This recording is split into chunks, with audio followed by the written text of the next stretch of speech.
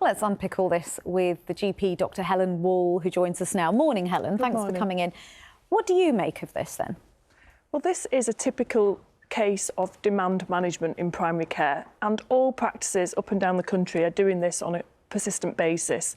I do it in our practice as a GP partner. We're having to constantly look at ways to try and get, to deal with the increased demand, which is huge, and it's gone up 15%. Number of patients gone up 15% per full-time equivalent GP in the last 10 years. So we're struggling with the amount of demand, and I think this is a bit more than just being a receptionist. What this is it's getting the clinical information and making sure that we get the right patients into the right slots in the right time frame. And we can't rely anymore on first come, first served basis in many cases, in many practices, because that means the right people and the people who are the sickest are not necessarily getting into the slots in the most timely way. What do you think GP practices need to do when they're rolling this out? Because, I mean, not to be glib about it, but if someone's worried about high blood pressure and they're phoning up and they are getting frustrated because the system isn't recognising what they're saying, their blood pressure is just going to go even higher, isn't it? Absolutely, and I'm a patient as well. I've got young children, I've got elderly parent. I completely understand why patients don't always like this.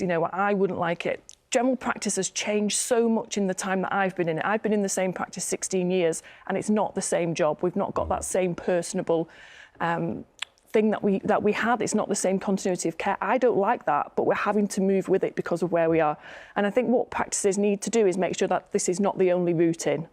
And there has to be other options, because what we don't want to do is increase those health inequalities and reduce access for patients. Patients need to be able to speak to a human as well as have this option if that's what practices want to do. But there is also often criticism of human receptionists as gatekeeping too much. So isn't all this just tinkering around the sides?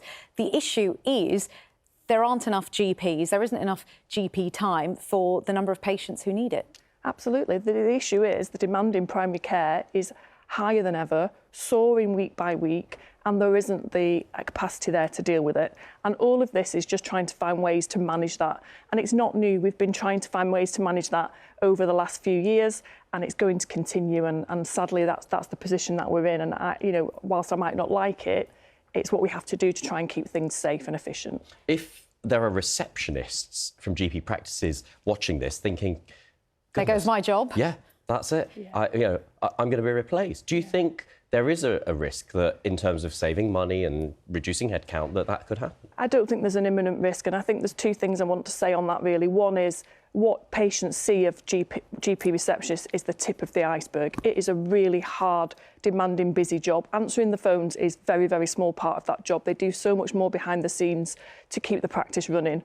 And the other thing is, it's becoming harder and harder to recruit receptionists for general practice because it's not a well-paid job. It's, in many instances, a minimum wage job. They get a lot of abuse, a lot of flack, and that's getting worse day by day. Practices have a really high turnover now of receptionists because it's not a great job. So, I think this is just, unfortunately, a sign of the times. But isn't it a very dystopian sign of the times? Because why have this facade of it being human and calling it Emma? Do you find it a bit unsettling? Yeah, I mean, I'm not going to sit here and say I like it. I don't like it. I don't like when I ring the bank or ring anywhere and I have to speak to a robot. Who likes that?